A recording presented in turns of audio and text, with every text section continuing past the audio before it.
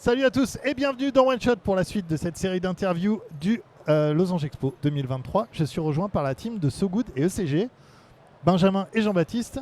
Salut, voilà, moi c'est Benjamin, du coup en rouge. Et Benjamin, Jean-Baptiste. en bleu.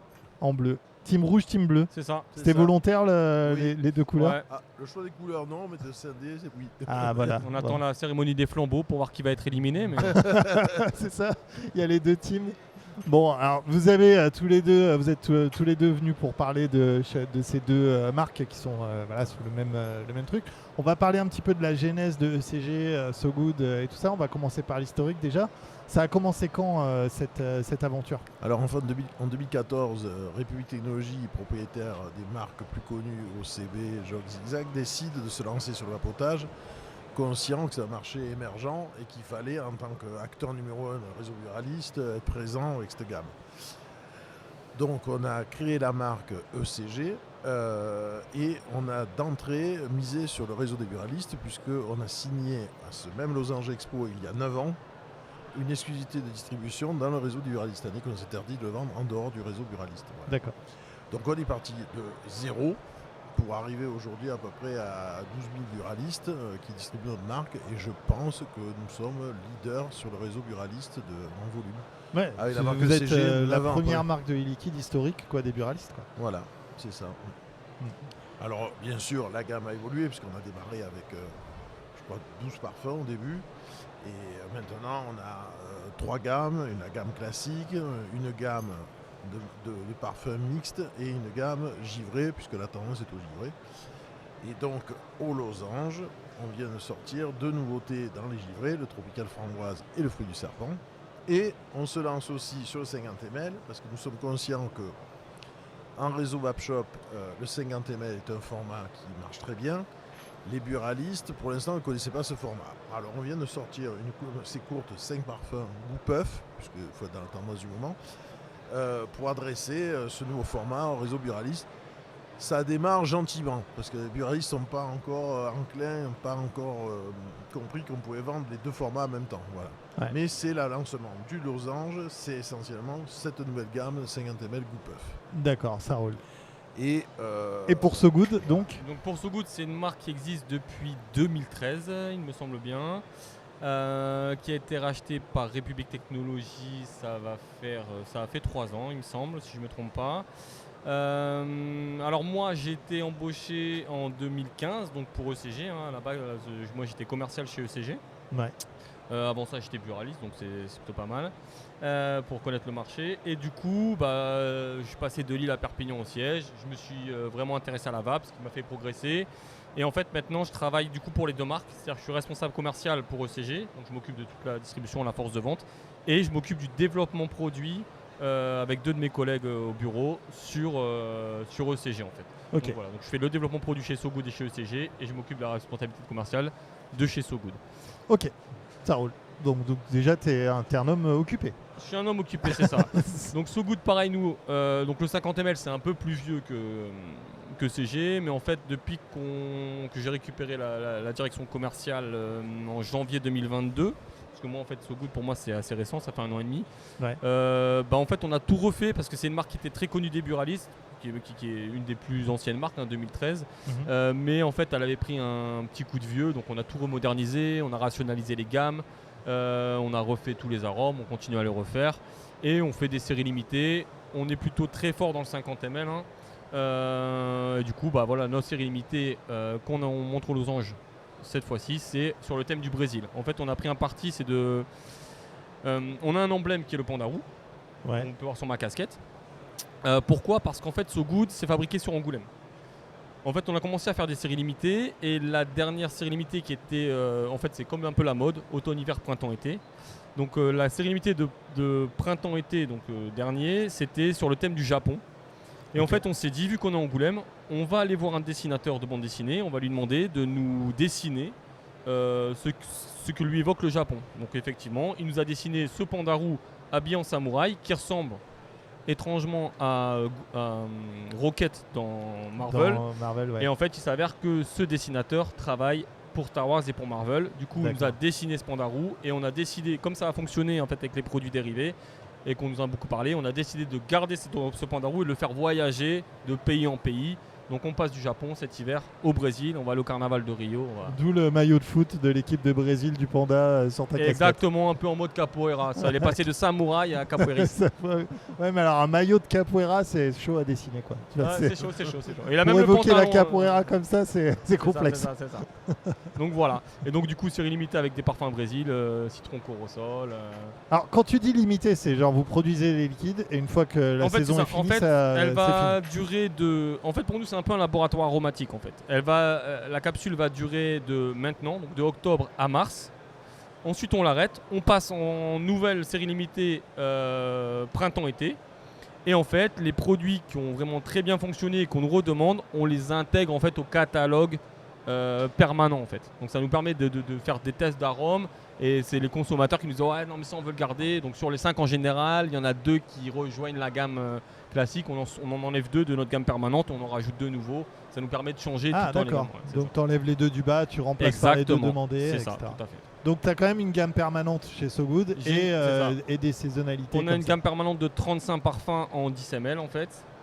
Et on a une gamme de aujourd'hui 15 parfums en 50 ml qu'on va élargir à 20 parfums parce qu'en fait on a de plus en plus de demandes sur le 50 ml. Plus, en plus de ces gammes, on a les 2 séries limitées, automne-été, printemps. Printemps-été, automne-hiver. Printemps-été, automne-hiver, ouais. Cela, c'était. Ça. Même moi, j'ai bugué. C'est un contexte. Ok, ça roule très bien. Pour le 10 ml, toi, So Good, historiquement, c'était du 50 ml? Non, c'était du 10 ml. À la base, c'était du 10. Ouais, c'était du 10 ml. On était. En fait, So Good, pour le groupe, c'est un peu la marque premium du groupe, en fait. On a la marque mass market qui est ECG, en fait. Et en fait, il nous fallait une marque un peu premium. Donc, on a racheté So Good. Donc c'est un produit qui se vend un peu plus cher que CG. En prix moyen, en 10 ml, on est à 4,90. Ouais. Mais bon, ECG, comme on a très bien fait le boulot, parce que je fais partie des commerciales qui ont développé la marque, du coup, comme c'est fort implanté, le produit à 4,90 chez le Buralist, c'était un peu plus compliqué en fait. Ouais. Donc du coup, aujourd'hui, on a toujours notre 4,90 parce qu'il y a des clients historiques qui continuent, qui vendent très bien So Good. Mais en fait, on a décidé de vraiment développer le 50 ml. Et c'est vrai que chez le Buralist, il est en pleine progression parce qu'on leur explique que le marché des vape shops et d'internet, on est beaucoup sur des gros flacons, on n'est pas sur des petits flacons en fait. Ouais, il y a un peu des deux. Après, tu disais tout à l'heure quand tu parlais de CG en disant le 50 ml, les buralistes n'avaient pas l'habitude. Pourtant, CG, historiquement, vous avez vendu du liquide, donc il y a des buralistes qui vendaient des systèmes ouverts. C'est quoi le gros gap technologique qu'ils n'avaient pas franchi et qui franchissent maintenant, selon toi? C'est pas un gap technologique, c'est-à-dire qu'en fait, ils ont démarré avec le 10 ml. Et ça marche bien.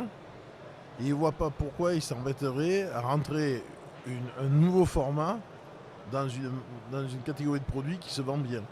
D'autant que le buraliste manque de place, il a beaucoup de produits à vendre, et que si on lui rajoute du 50 ml, il se dit purée, je vais me retrouver, j'avais X parfums en 10 ml, je vais avoir les mêmes X parfums en 50 ml, ça duplique les gammes. Ouais. Voilà, mais bon, nous on se doit, et c'est notre rôle, d'expliquer aux buralistes que il y a du client 10 ml et il y a du client 50 ml. Pourquoi il y a du client 50 ml? Pour la simple et bonne raison que dans les vape shops, il se vend quasiment plus de 10 ml, mais que du 50 ml. Et donc, ces consommateurs qui vont en vape shop acheter du 50 ml, s'ils n'en trouvent pas chez le buraliste, ils vont continuer en vape shop. Alors, si le buraliste veut développer sa part de marché national en vapotage, il est obligé d'adresser tous les formats qu'attendent les consommateurs. Ouais.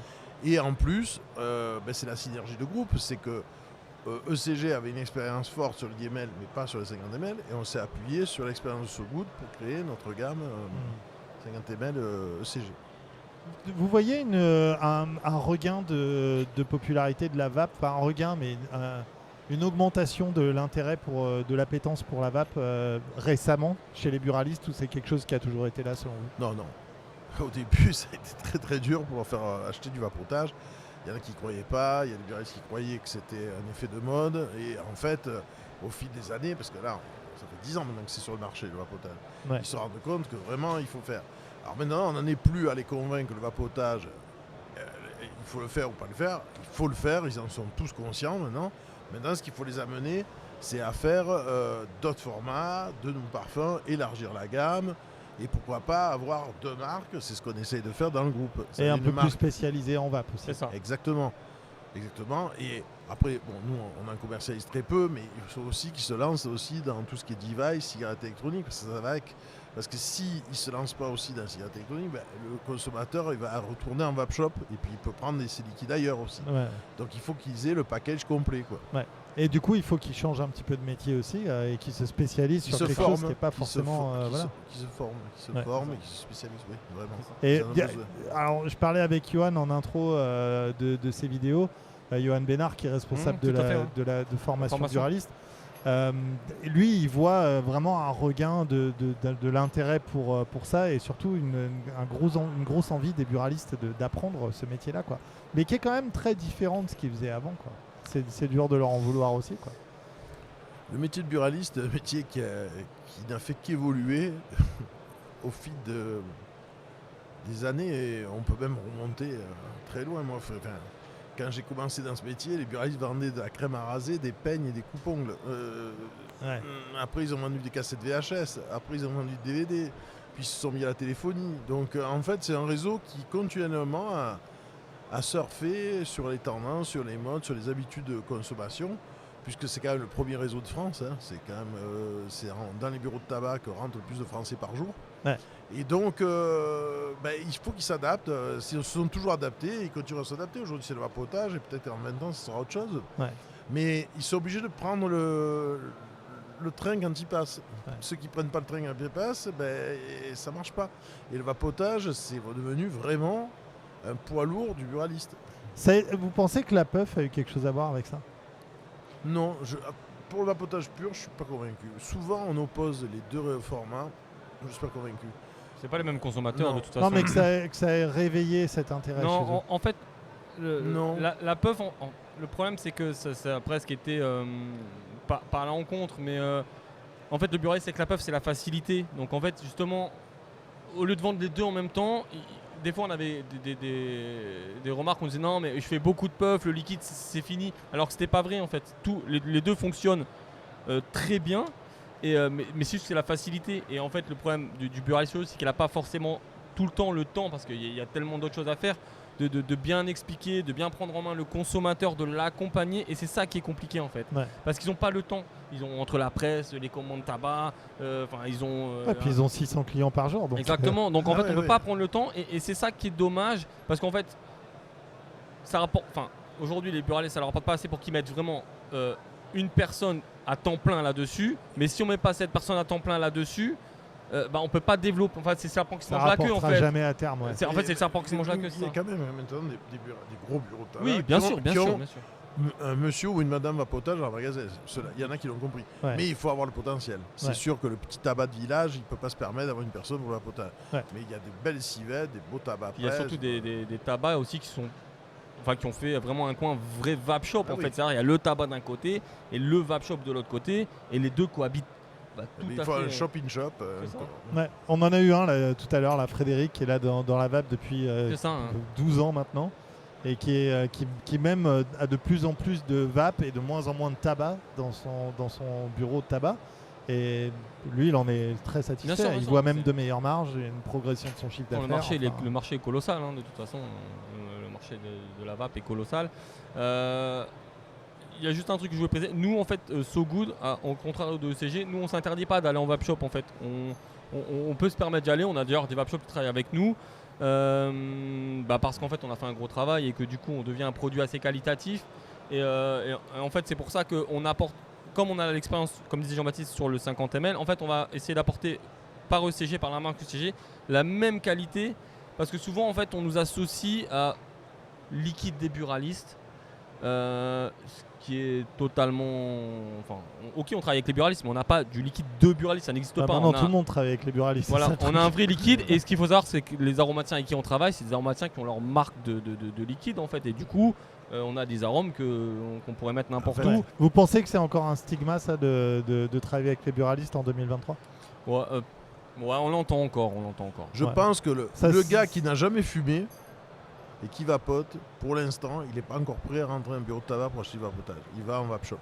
Ouais. Je pense qu'actuellement, on en a encore, avant du vapotage, à des anciens fumeurs en bureau de tabac.